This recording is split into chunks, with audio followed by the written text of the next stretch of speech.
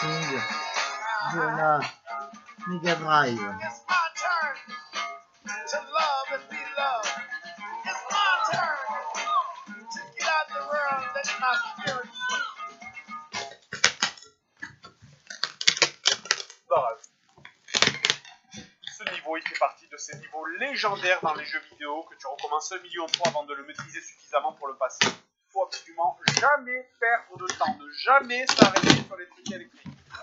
Mais il y a un truc que même quelqu'un ayant joué 100 ans à ce jeu n'arriverait jamais à passer facilement, c'est ce passage. Voici.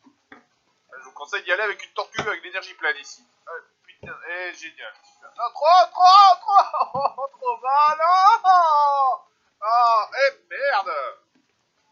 Oh, non, mais comment tu veux passer ça sans te faire toucher? Mais c'est débile, quoi. T'as pas le temps d'y aller doucement, sérieux. Ah, et histoire d'en rajouter, en plus, il y a une espèce de courant marin qui fait dériver en permanence dans les arcs électriques. Non, mais c'est plus des obstacles, là, à ce niveau, le jeu veut t'avoir, quoi. Avec autant de trucs qui te parasitent, tu peux pas jouer normalement. Vous avez déjà essayé de jouer à Dr Maboul? Et maintenant, essayez comme ça. Ah, voilà, ça vous donnera une idée de la difficulté de certains passages. Et en plus, je crois que je suis en retard.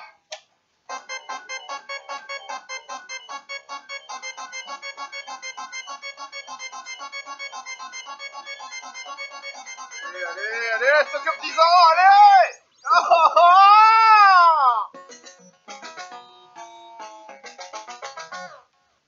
Game over. Game over direct alors qu'il me restait mes 3 tortues. Putain de chier. Bon allez, c'est reparti. Et comme on n'a pas le temps de tout refaire, on va faire une ellipse. T'es prêt? C'est pas une vidéo de moi, il y a aussi une vidéo de moi.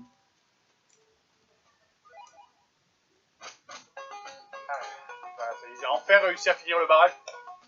C'est vrai, finalement, c'est con, mais quand t'arrives à ce stade du jeu, que tu vois le hockey, que tu vois la cinématique qui suit, finalement, t'as presque la sensation d'avoir fini le jeu, en fait. Je veux dire, souvent, dans ces vieux jeux sans sauvegarde de niveau de passement, t'avais pas le temps de jouer très longtemps, et donc tu pouvais pas aller très loin. Et ben là, c'était cool, t'avais fait 2 niveaux, t'as vu une cinématique, c'est bon, tu peux arrêter heureux. Sauf que dans les faits, évidemment, c'est même pas la moitié du jeu.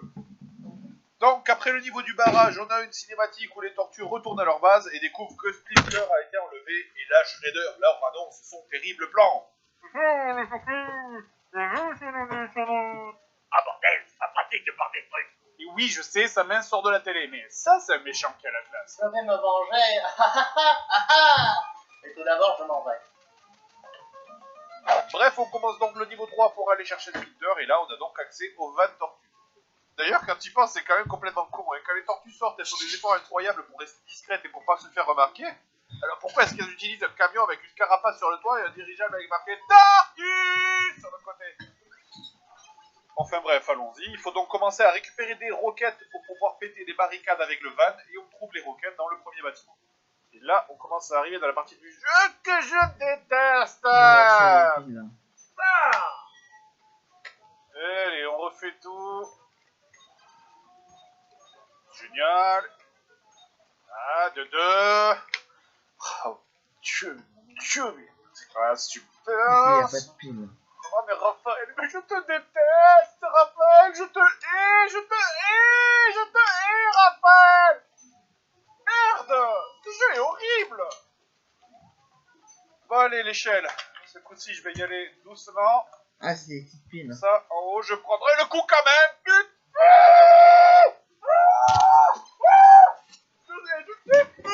Je me rends fou. Oh, c'est encore raté.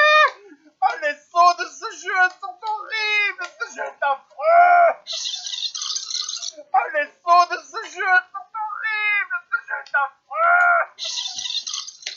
Les sauts de ce jeu sont horribles.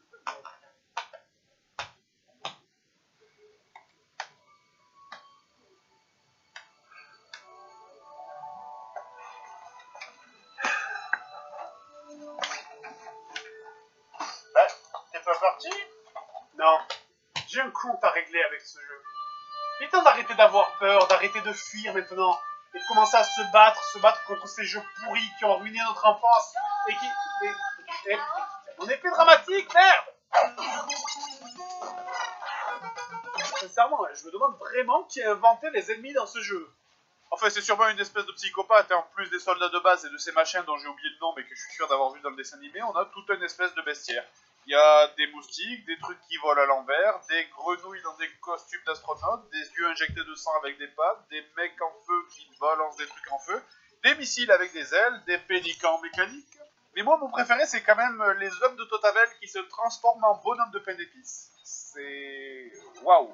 Je sais pas qui a inventé ça, mais ils devaient manger le même riz que Sangoku. Enfin, sinon, comme pour les égouts, ce niveau est rempli de passages piégés qui te font juste perdre. Waouh, là nous En sommes fait, dans ce niveau, tu vas rentrer dans plusieurs bâtiments. de Mega Drive. Là, qui sont des cordes. Et pour les utiliser, il faut passer par les toits. C'est cool, hein, parce que ça te donne la sensation d'avancer, vu que tu ramasses des trucs, que tu l'utilises, donc tu te dis, ça va, c'est le bon chemin. Sauf que, regardez par où on rentre dans ce bâtiment. Et maintenant, regardez par où on sort de ce bâtiment. Est-ce que quelqu'un peut me dire à quoi ça a servi? Bordel! Même notre connasse d'April est dans le coup. Elle arrête pas de te dire de trouver des cordes, alors que dans ce niveau 3, à aucun moment tu n'as besoin de cordes pour finir le niveau. En fait, tu peux finir le niveau 3 entier simplement en entrant dans un seul bâtiment. Et après, il suffit de lire la carte. Tout le reste est juste là pour te faire souffrir gratuitement. C'est du barbarisme. Et il y a une vidéo prévue Vraiment pour inhumain, ça. le jeu. Quand t'es gosse, tu le sais pas. Alors tu rentres dans tous les bâtiments un par un et tu te les fais tous parce que t'as juste envie de jouer finalement. Putain, mais là, il y a de quoi C'est un devenir peu fou. vidéo, au revoir.